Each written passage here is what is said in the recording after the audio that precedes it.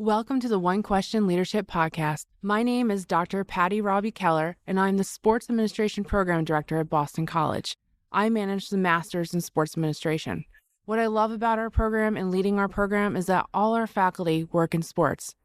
Our students get the excellent experience that they bring to the table, the education, and their network. So when our students leave our program, most of them are already set up with a job in sports. We give you open opportunities to find so many different avenues to work in sport. Our program is very explosive and dynamic, and we hope you come and check us out. Our entire program is $42,000 a year, and it can be done in 18 months, online or in person. Thank you for listening, and enjoy the episode.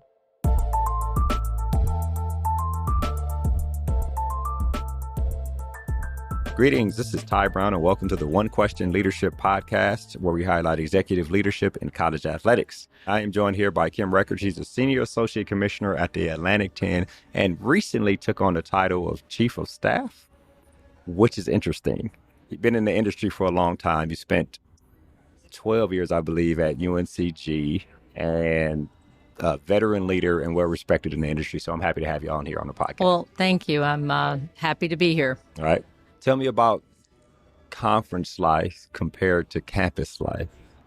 It's different. Okay. It's very different. I think I knew going in, and one of my concerns or wonders about moving to a conference was how different would it be, and not having student athletes, not having coaches around.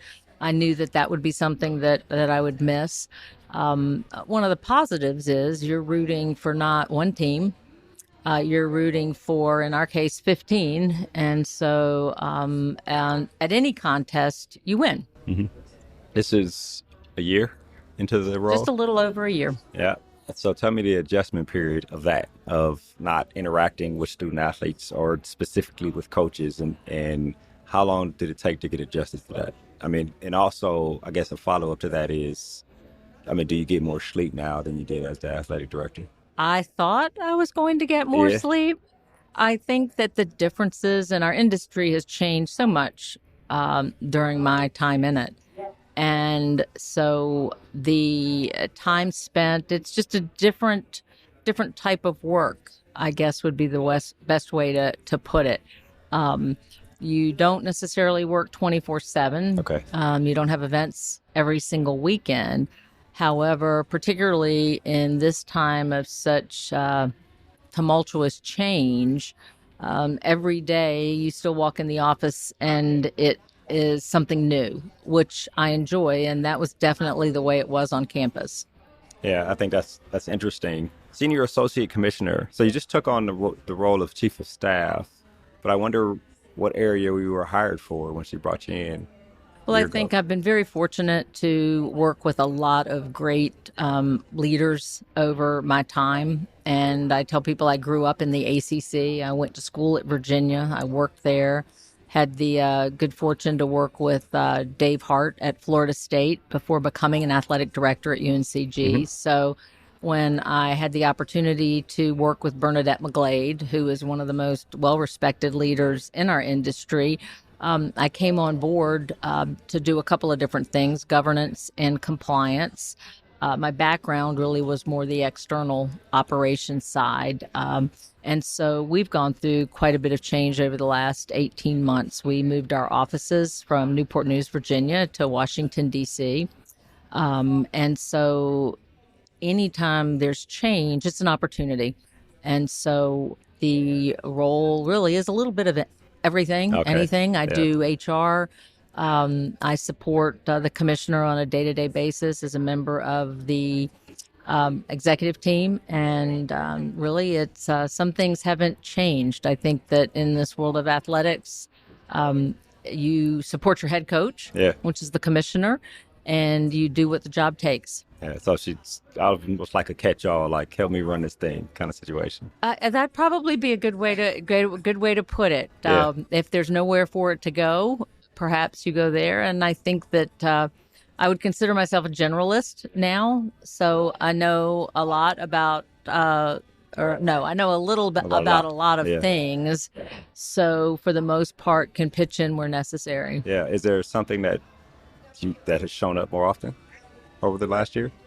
Um, I don't know if it's so much shown up more often. I think that when you go from leading a team of 80 staff with 250 student athletes to we are a 15-member team. However, we have 15 schools that we serve, very similar on a day-to-day basis. And I believe in teaching and learning, and for me it was always about giving back. And so we're fortunate to have a wide range of staff with a variety of gifts and skills. And so learning how to become a team together is always a critical part of that process. And there's a few new people in the office too, right? So There are. We have, out of our 15 staff, I want to say 9 or 10 have less than 18 months experience Wow. Yeah. at the A10. However, they are very seasoned veterans in their own right. And so we're fortunate that moving into this new world, as we all are talking about, we have folks who have experienced a lot, both of successes, of challenges, and know that sometimes it takes a little bit of time to get exactly where you want to go. Yeah. I can, from my perspective, bringing someone like you in, especially when you have 9 out of 15 people who are new, makes sense to me, especially if you're someone like the commissioner who's been there for a while and have to always operate at 50,000 feet. But if half of your staff is turned over, you got to onboard the people and make sure everybody's tuned in to everything. And that it's kind of hard to do both of those at the same time, which can be done and probably has been done. But bringing somebody like you with the depth and breadth of experience you have, it's probably definitely have been an asset. Well, I hope so. I think that, again, having been an athletic director, knowing sort of what the Atlantic 10 stands for and where we want to go, it's important to know what your values are. It's important to live those values, be consistent. And probably one of the biggest challenges, I think, for anyone who moves into a conference office is your lens changes. So what you may have made a decision about on a campus, your decision may be slightly different based on that conference lens, because you have to be very careful about making sure everyone feels like they're being treated equitably. And so being on the same page is important. Yeah, I think that is. Would you say that is the biggest learning point that you've had to do? Or what would you say is the biggest? Because like you said, if you're a teacher and about developing people, then you're probably also a learner and always trying to learn something. Continual learner. Yeah. I am. I think it's the active listening. I think what I have learned and gives me a little bit of a different perspective is having sat in that athletic director's chair and also having been a deputy or a number 2 for a number of years. And with the exception of finance, which was not an area that I ever directly oversaw, which was fine. Yeah. Understanding that listening is very important. Understanding the decision-making process, and there are different types of decisions that have to be made. And when you're asked for your opinion, you better give it. Because if you don't, then don't come back and say you didn't ask. Now, that doesn't mean that you're going to get what you want, but the best decisions, I believe, are made through consensus and gathering other people's perspectives through their different lenses. Yeah, I agree with that. The lack of a better word, onboarding process. How long did it take you to learn how Bernadette liked to receive information and to help her make the decisions she needed to make? Well, as I said, I've known her for a very long time, and It's different than working for her now. Oh, it's definitely Right. it's definitely different. And people will say, "Well, do you miss being, the boss or the?" all that stuff. And I've been a great number two. I've worked with some great athletic directors, Jim Copeland at Virginia, who has no longer with us, Dave Hart at Florida State, and they're all different. And so I think it's someone gave me some really great advice one time is that when you're working with a new leader, you go in and the questions may sound funny, but how do you like to receive feedback? Right. When do you want to receive feedback? Do you want to know the bad stuff that may be out there being said, and getting those answers, because trust is the bottom line of any kind of relationship. And so taking time, it's been a year. I think we know each other well enough that we do work well together. Are there times that we both still have to challenge one another to communicate effectively? Sure. But if we didn't have that, that could be boring, and we wouldn't be as effective for the league as we could be. So that's healthy. That's healthy. Maybe uncomfortable, but sometimes it's generally healthy. Yeah, boring is a hilarious word, right? Boring, yeah. I don't know. I in my entire career, I don't know that I'd ever said that anything was boring. But that's fine. And there's one thing you're talking about is, there has to be a little bit of friction, right, to get to the best decision, I think. And it doesn't have to be acrimonious. It doesn't have to be angst, but so, you hear so many different things. But again, when you get hired, or I would say this to staff, I'm hiring you to make decisions and to make me better. If I wanted somebody just like me, I would have hired somebody just like me. But if you have a bunch of me's, I wouldn't say boring, but it is that friction. Yeah. It is that give and take to get to the best decision. And so some of the most difficult hires I ever made were people that were very different from me, and it was uncomfortable. But at the end of the day, and we're still friends and colleagues to this day, we can laugh about how that first 18 months was not fun, right. But we made some pretty good decisions. Yeah, made things happen at a high level. So I had you on a podcast we were doing with Athletic Director U, and it was a kind of a book review type thing. And I reached out to Tiffany Tucker and asked her, so have you read this book? Or what books have you read? And if you were to review the book with somebody who's a senior leader and pick their brain on the concept of the book, who would it be? And you were the first name she said, which is why I reached out to you and had you on the podcast. And I think it was a Brene Brown, but I don't remember exactly what book. Brene Brown, one of my favorites. Yep. And of course, Tiffany has become an athletic director now, which I think is excellent. And I wonder about that aspect, because one of the first things you said when we sat down here was about teaching and leading and mentoring. So I wonder about that when you talk about helping people to understand about leadership and then to go off and become leaders on their own, right? You learned from Dave Hart and the athletic director of Virginia you mentioned. Tell me about that aspect of you and your philosophy. And is there some semblance of that now that you're on the conference office? Sure. I mean, coming to women leaders, I've seen people already that I have not seen in quite some time. Some who I worked with that have gone on and are leaders in their own right. Younger, less seasoned staff that I may not have worked with for a long time, but came up today and said thank you. And so it reminds you that you don't always know when you're touching someone. I could also, this is for a podcast for another day for you, go talk to Tanya Vogel, who recently retired at George Washington. I met her on the women's soccer committee, and I'm a book person. So, but I gave her a book. This has been 20 years ago. Really? I gave her The 5 Dysfunctions of a Team. Yeah. And at the time, she was coaching. I thought it was a great gift based on what we talked about. Yeah. It wasn't until, fast forward 20 years, she's an athletic director in the A10. I see her, we're chatting, and she mentions, you you gave me that book. And I was like, oh, yeah, I know. She goes, I wasn't quite sure what you were trying to tell me. Wow.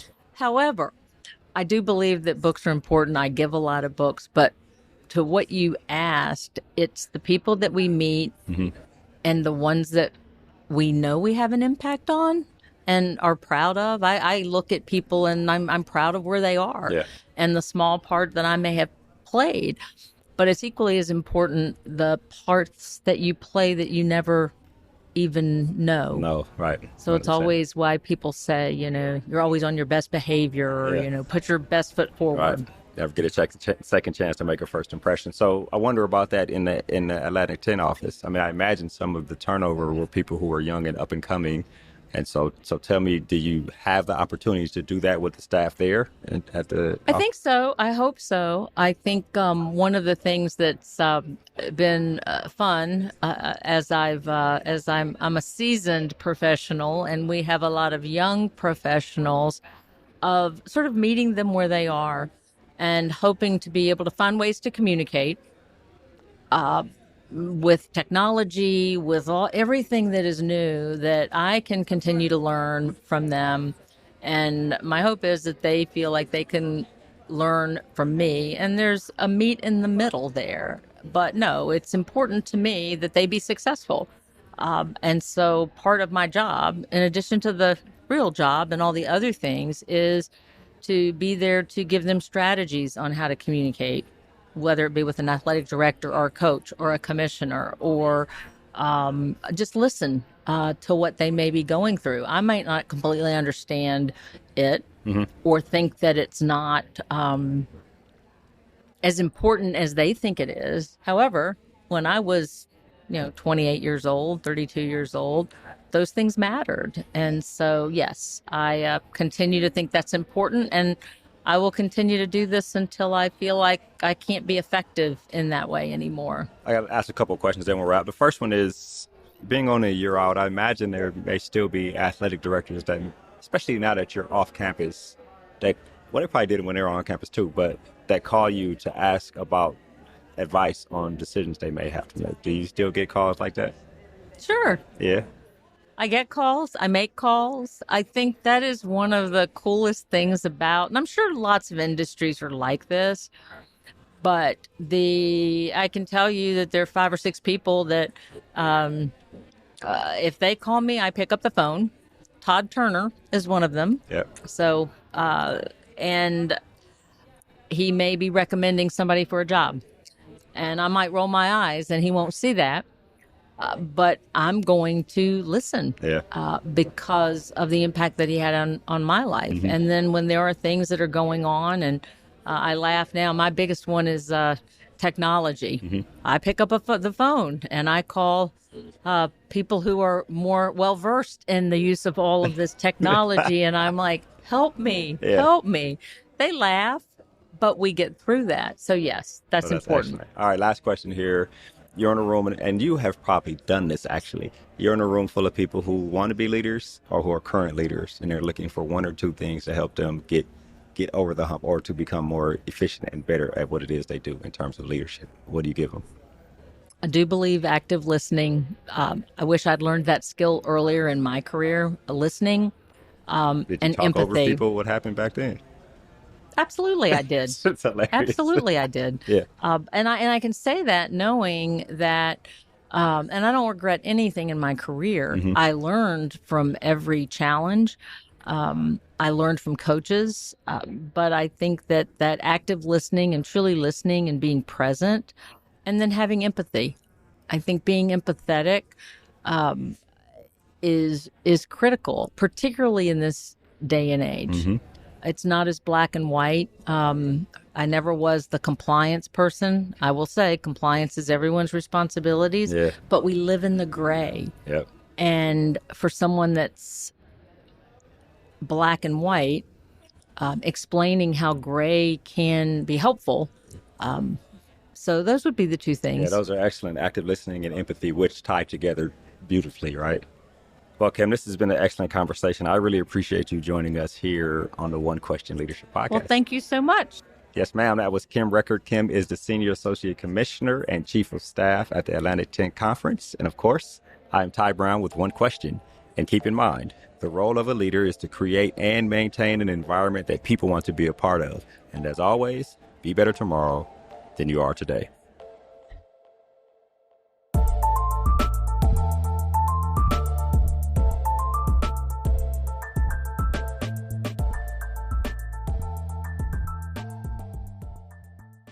This episode of the One Question Leadership Podcast is produced by Spades Media Group, solving problems using creative leadership.